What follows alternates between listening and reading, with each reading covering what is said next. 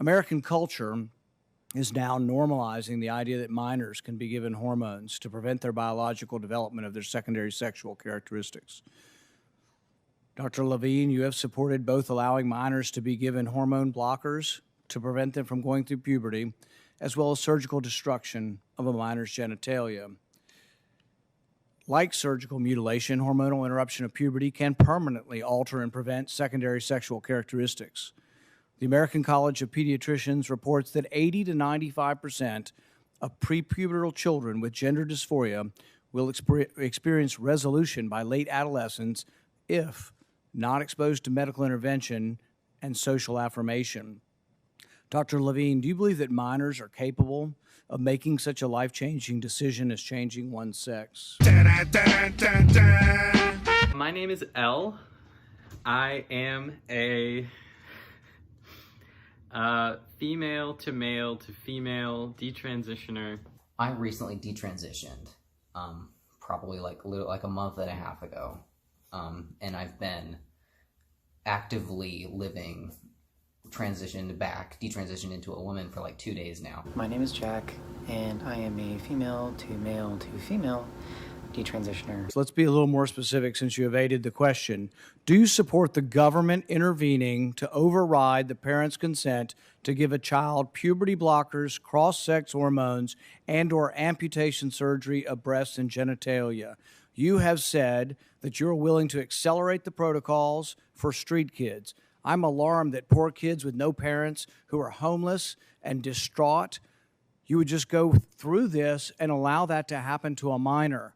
I would hope that you would have compassion for Kira Bell, who's a 23-year-old girl who was confused with her identity. At 14, she read on the internet about something about transsexual. She thought, well, maybe that's what I am. She ended up getting these puberty blockers, cross-sex hormones. She had her breasts amputated. But here's what ultimately she says now. And this is a very insightful decision from someone who made a mistake but was led to believe this was a good thing by the medical community. I made a brash decision as a teenager, as a lot of teenagers do, trying to find confidence and happiness, except now the rest of my life will be negatively affected, she said, adding that the medicalized gender transitioning was a very temporary, superficial fix for a very complex identity issue. What I'm alarmed at is that you're not willing to say absolutely minors shouldn't be making decisions to amputate their breast or to amputate their genitalia. Imagine how many girls have felt uncomfortable in their female bodies before growing into them and becoming strong, confident women who are happy with themselves. This is how it used to be before dysphoria was medicalized, before women were told they could become men. Medical professionals attributed my dysphoria to an innate identity. The internet encouraged this.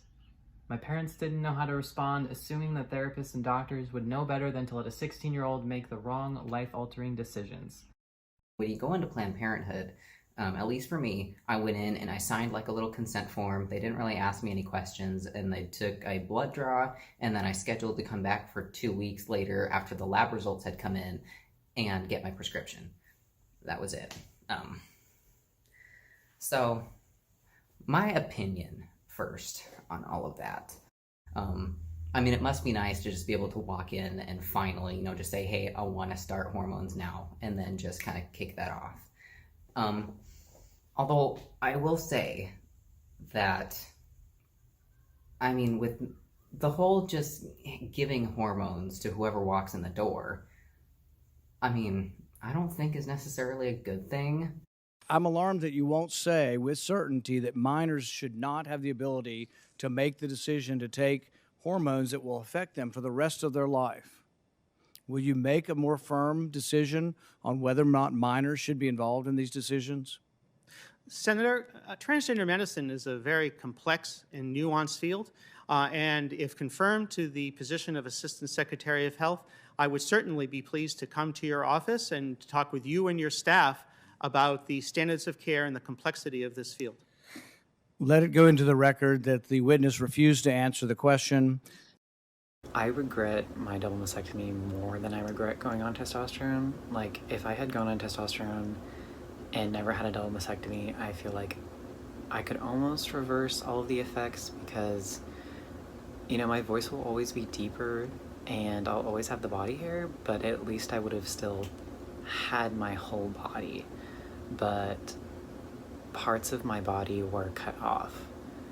And when I look at myself in the mirror, I feel mutilated. And I don't mean that to be dramatic. That's just genuinely how I feel. Like when I see myself naked, it's like when I look at myself from the rib cage down, like the belly button down, I feel like I look like a woman, at least mostly. But when I look at the rest of my body, without my wig on and without my makeup, and when I see my chest, I do feel like I look mutilated, or like I feel like some kind of bad science experiment. People ask me like, do you regret it? I mean, yes, I regret it. I think it's the stupidest thing I've ever done in my life. I got very active in the trans communities on Reddit, on Twitter, and spent most of my time online. Didn't do anything in real life at all. Really, I didn't have any friends. I didn't go to school at that point. So the only people I really talked to on a daily basis were the people that I talked to online, and that definitely didn't help. I was basically consumed by trans media online. So it's deeply offensive to compare it to genital mutilation, which is not in reality of their own volition. Okay, they do it to very young children. It has no relationship to trans folks at all, who are choosing to be who they actually are. So what Rand Paul is saying is, I don't really believe in freedom. And I don't want you to follow your beliefs. I want you to follow my beliefs. Yeah. My interpretation of my religion says you shouldn't do this. So now I'm going to impose that on you because I never believed in America. I never believed in freedom. I never believed in equality. And I most certainly did not believe in justice. So I'm going to make the decisions for you, and I'm going to impose my religion on you because I think Saudi Arabia has it right. We should be a theocracy where we enforce fundamentalist religion on everyone else. You want to make a decision to be your true self? Rand Paul hates freedom, and he doesn't want you to have that option and be an actual free American. That's just a fact. It's a fact. I mean, like when you go to the doctor and you want to get like a medication for something, they don't just give it to you.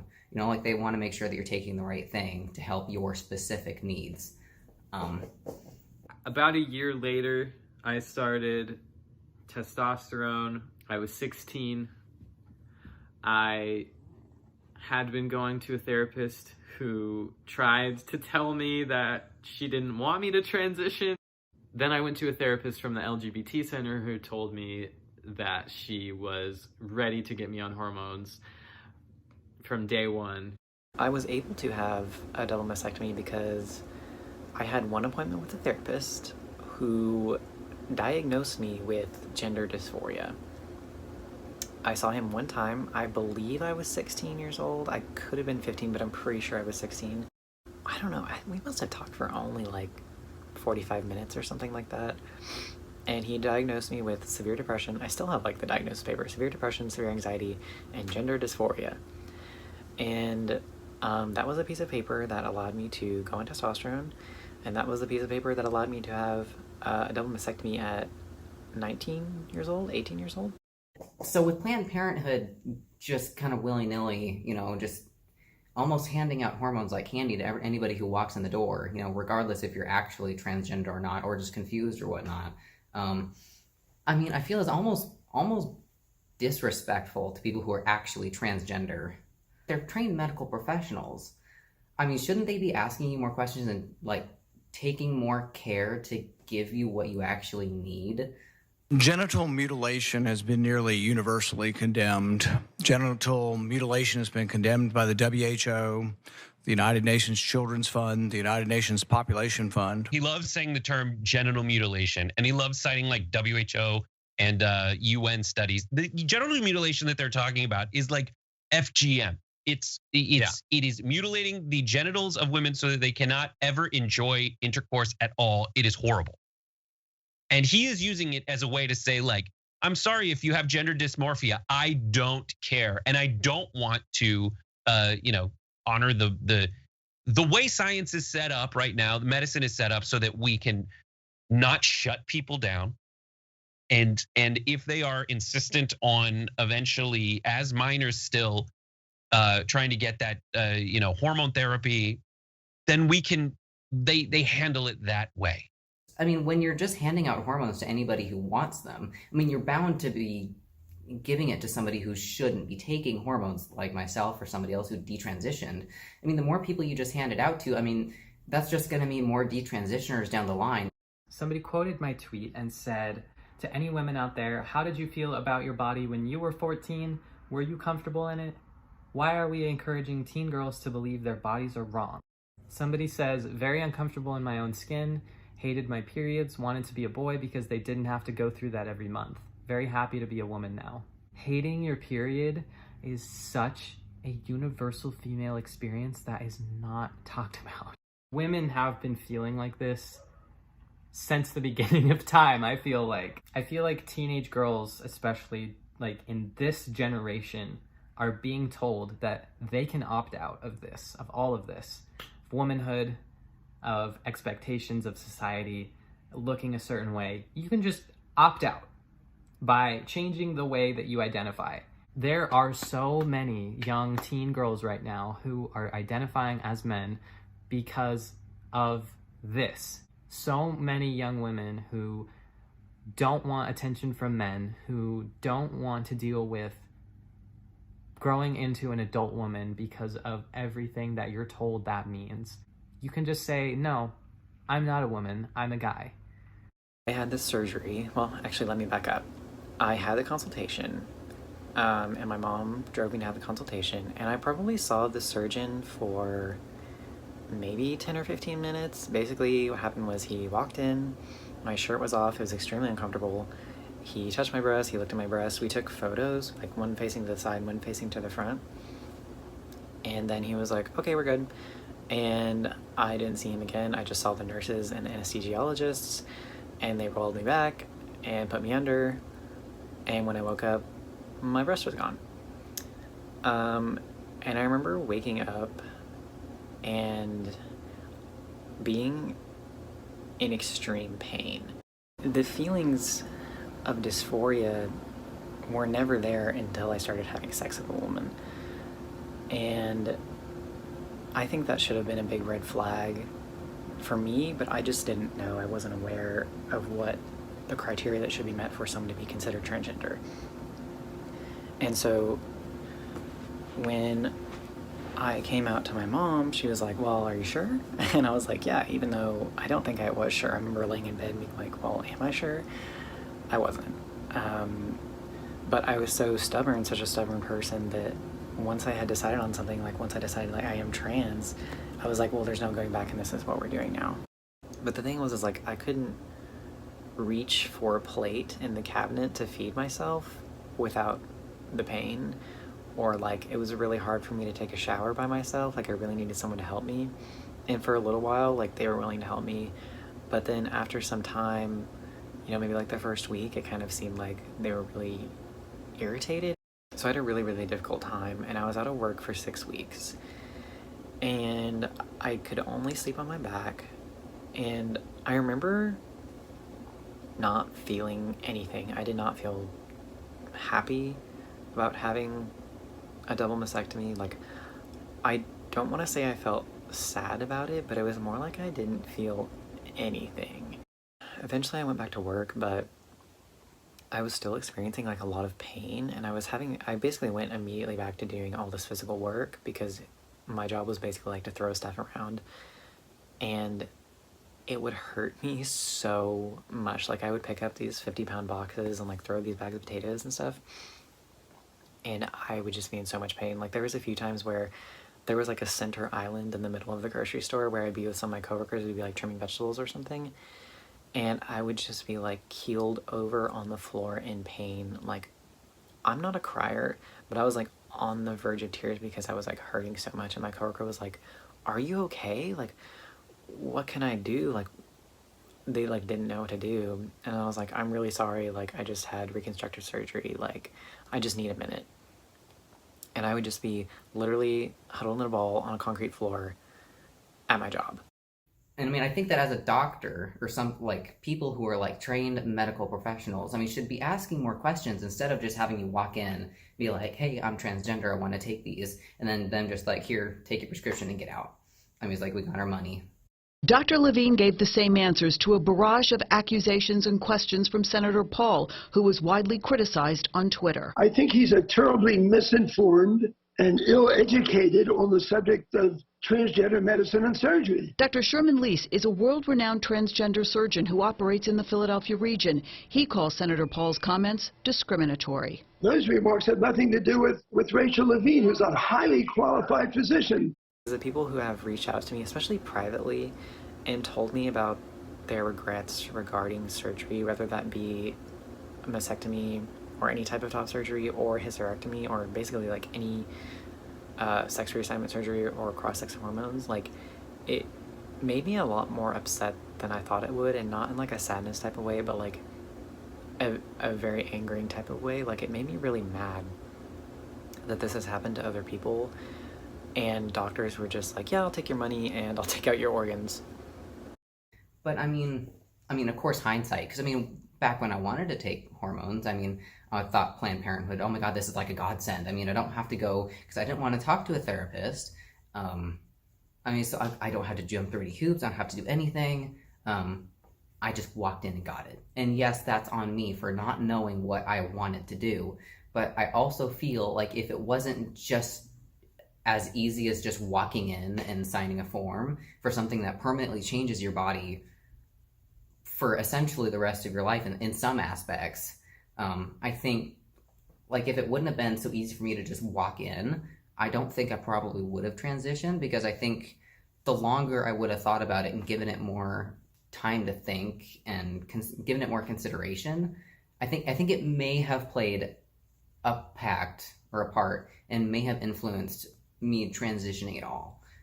If it just wasn't so easy just to willy-nilly on impulse just go and decide to take hormones.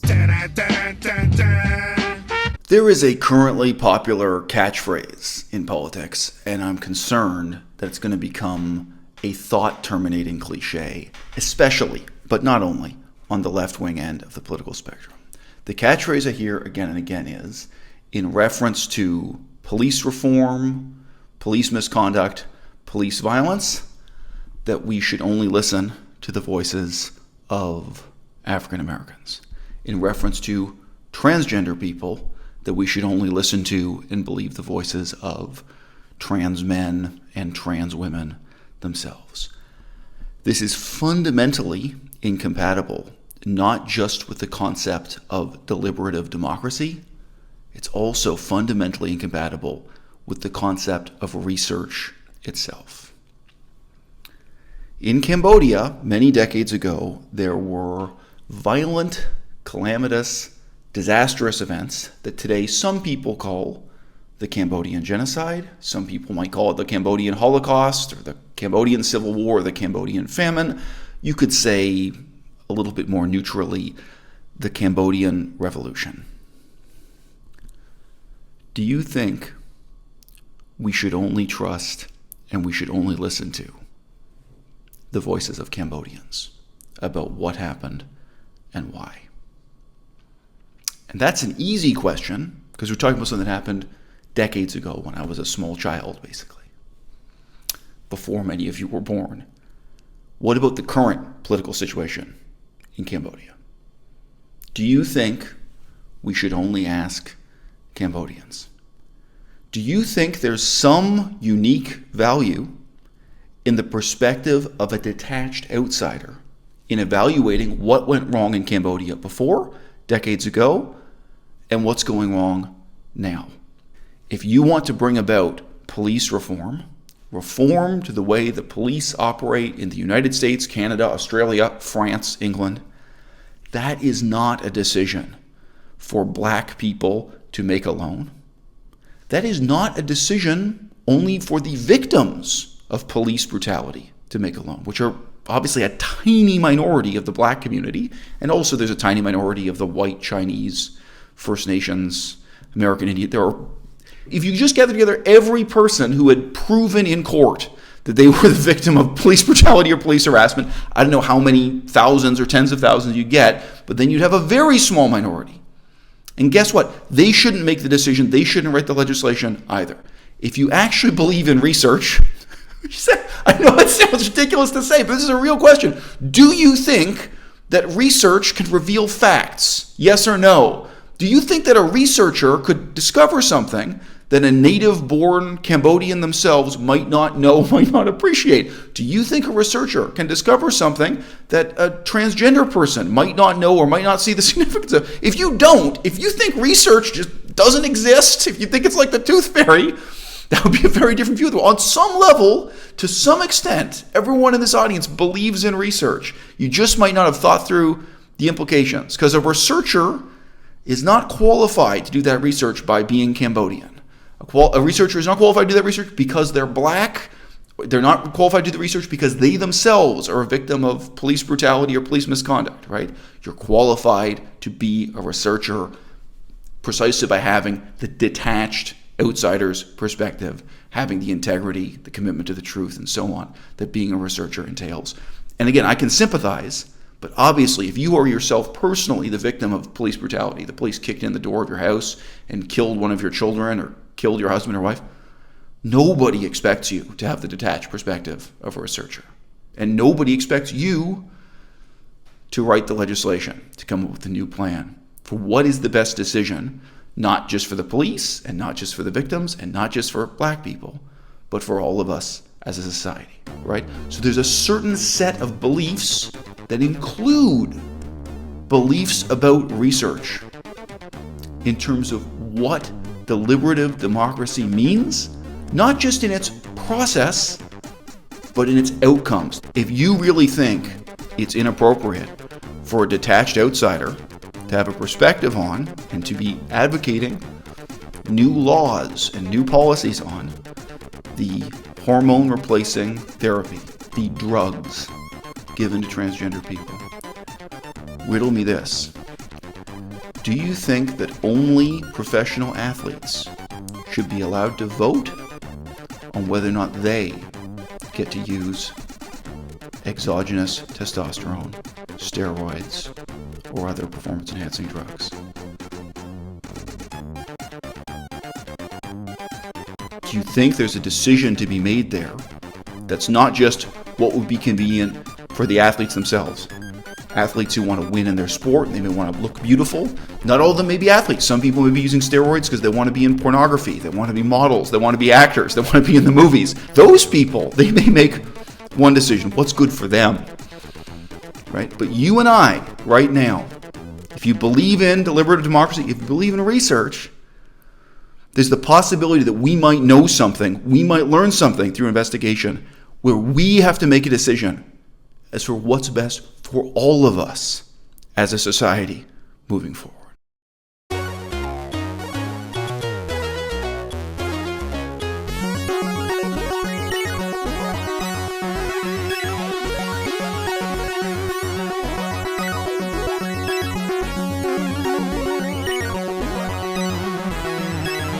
Maybe we can practice doing punishment.